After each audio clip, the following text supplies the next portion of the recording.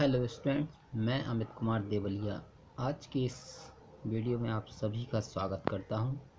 आज मैं बात करने वाला हूं एक नए टॉपिक की जिसका नाम है एक्सटर्नल मॉर्फोलॉजी ऑफ पाइला। तो हम ये देखें कि जो पाइला है वह किस सिस्टमैटिक पोजीशन में आता है, मतलब वह उसका क्या किंगडम है, उसका क्या फाइलम है और उसकी क्या क्लास है। तो पाइला यदि हम सिस्टमैटिक पोजीशन यदि देखें तो इसका किंगडम एनिमलिया, फाइलम मोलस्का। तो हम यहाँ पे बात करें मोलस्का की, तो मोलस्कन्स ऐसे एनिमल्स होते हैं जिनकी बॉडी सॉफ्ट टिश्यू की बनी होती है, या इनकी बॉडी जो होती है वो सॉफ्ट होती है, लेकिन इनकी बॉडी के ऊपर सेल, मतलब कि बॉडी के ऊपर एक कवच प्रेजेंट हो सकता है और नहीं भी हो सकता है, लेकिन इनकी जो बॉडी रहेगी वो सॉफ्ट होगी, बिल्कुल मुलायम होगी। इनको जब हाथ से छूते हैं तो वो बहुत सॉफ्ट महसूस होती है। और जो पाइला है, इस पाइला की क्लास है वो है गैस्ट्रोपोडा। तो गैस्ट्रोपोडा ऐसे एनिमल्स होते हैं जिनके पेट में पैर पाए जाते हैं। Gastropods are those animals which has foot on gastro means stomach. जिनके पेट में पैर पाए जाते हैं या पेट पर पैर पाए जाते हैं वो गैस्ट्रोपोड्स कहलाते हैं। पाइला का जो जीनस है वो पाइला ही है और इसकी स्पीसीज जो है वो ग्लोबोसा।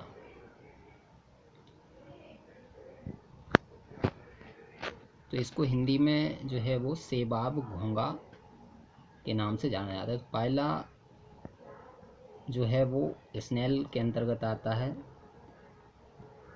तो पाइला जो है वो एक हर्बीवोरस एनिमल होता है या हर्बीवोरस मोलस्कन्स है, जो कि अधिकतर फ्रेश वाटर में ही पाया जाता है।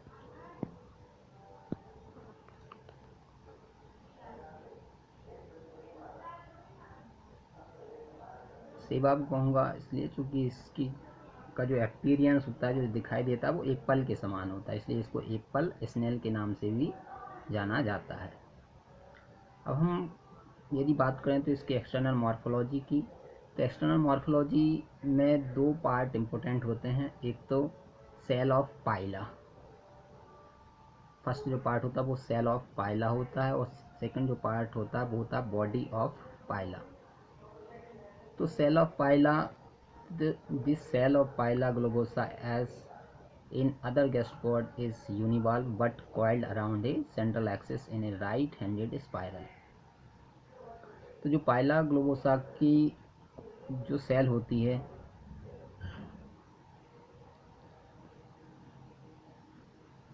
वह दूसरे गैस्ट्रोपोड की तरह ही यूनिवाल्व होती है, और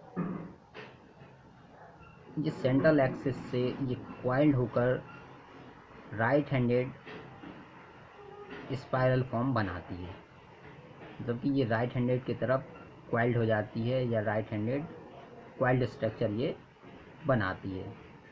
ये जनरल अपीयरेंस होता है और सामान्य तौर पर राइट हैंडेड या डेक्स्ट्रल फॉर्म सी सेल के पाए जाते हैं, लेकिन कभी कभी नेचर में लेफ्ट हैंडेड या सिनेस्ट्रल फॉर्म भी प्रेजेंट होते हैं। तो जो पाइला की सेल है उसको हम स्टडी के लिए अलग अलग पार्ट्स में डिवाइड कर सकते हैं। सेल जो होती है आउटर कवरिंग होती है जो कि हार्ड होती है, मतलब कि ये कैल्शियम कार्बोनेट की बनी होती है। तो हम देखें तो होल्स, WHORLS, होल्स। होल्स का हिंदी मीनिंग होता है भ्रमिया, मतलब घूर्णन वाली चीज़ें। तो the top of the shell is the apex which is found first and growth of shell takes place from it. तो जो सेल का सबसे शीर्षस्थ वाला जो भाग होता है, ऊपर वाला जो एपेक्स वाला जो रीजन होता है, वो सबसे पहले फॉर्म्ड होता है जब यह पाइला अपनी लार्वल स्टेज में होता है, तब इस एपेक्स वाले रीजन का निर्माण होता है और इसके बाद ही दूसरी होल्स का फॉर्मेशन होता है। तो सबसे पहला जो होल्स होता है वो कहलाता है एपेक्स। तो एपेक्स जो है वो सबसे स्मॉलेस्ट और सबसे पुराना होल्स होता है, क्योंकि ये लार्वल स्टेज में बनता है इसलिए सबसे छोटा होता है। और इसके बाद जैसे जैसे एनिमल बड़ा होता जाता है, पाइला बड़ा होता जाता है, वैसे वैसे होल्स की साइज़ भी बढ़ती जाती है और यह ओल्डेस्ट टू न्यूएस्ट की तरफ ये अपनी ग्रोथ इन होल्स की होती है। Below the apex is a spire. Apex के नीचे की तरफ spire consisting of several successively larger holes or coils followed by penultimate hole। Apex holes के नीचे की तरफ स्पायर मतलब कुंडलन या सर्पिलाकार फॉर्म प्रेजेंट होते हैं और उसी के नीचे पेन अल्टीमेट होल प्रेजेंट होता है। तो पेन अल्टीमेट होल जो है वो ऐसा होल जो कि लास्ट से पहले, बिफोर लास्ट प्रेजेंट होता है, मतलब लास्ट वाले से जो पहले प्रेजेंट होता है वह पेनल्टीमेट होल कहलाता है। तो यदि हम देखें तो एपेक्स के बाद पेनल्टीमेट होल और पेनल्टीमेट होल के बाद सबसे लार्जेस्ट होल जिसे कि बॉडी होल के नाम से जाना जाता है वह होता है। तो 3 टाइप्स के होल्स प्रेजेंट होते हैं, एक apex whorl, second penultimate whorl और थर्ड जो है वो लार्जेस्ट और बॉडी होल।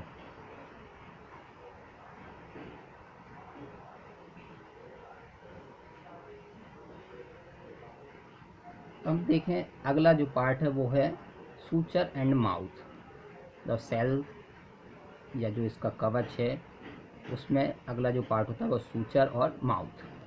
तो the lines between the whorl are called suture.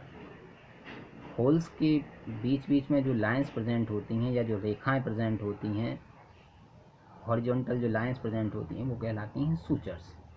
Internally all the whorls of the shell are freely communicated with one another. अंदर की तरफ सारे होल्स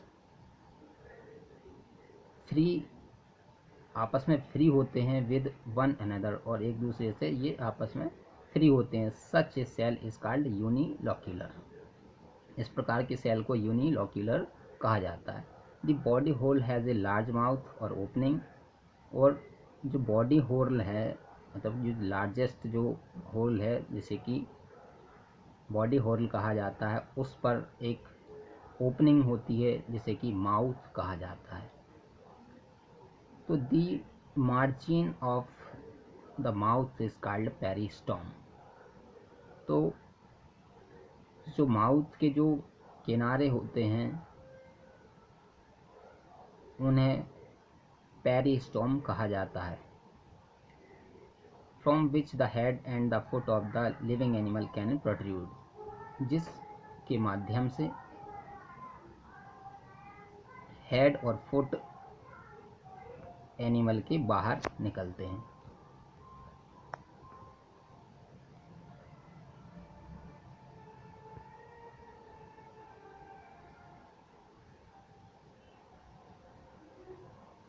अब हम इसका डायग्रामेटिक व्यू यदि देखें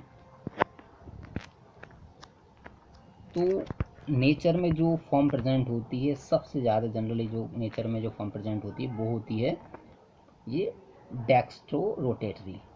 मतलब जब हम किसी एक एप्पल स्नेल या पाइला को जब हम उठाकर देखते हैं तो इसका जो एपेक्स रीजन जो होगा या टॉप वाला जो भाग होगा इसको हम आसमान की तरफ रखेंगे और इसका जो फुट वाला रीजन, ये वाला जो रीजन होगा उसको हम अपनी ओर तरफ जब रखेंगे तो अपनी तरफ रखने पर जब हमें ये अपनी ही ओर दिखाई दे और राइट हैंडेड की तरफ दिखाई दे तो इस प्रकार का जो फॉर्म है वो क्लॉकवाइज या डेक्स्ट्रल फॉर्म कहलाता है, जो जनरली प्रेजेंट होता है।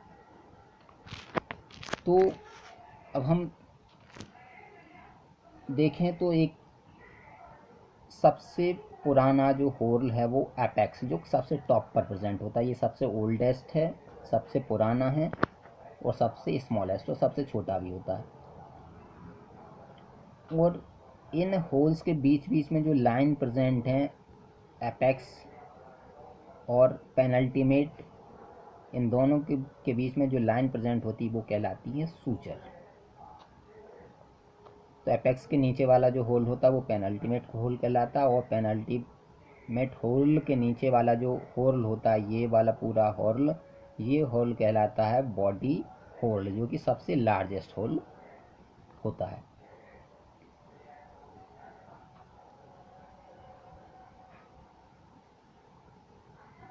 और उसके बाद और भी रीजन्स प्रेजेंट होते हैं, अम्बिलिकस,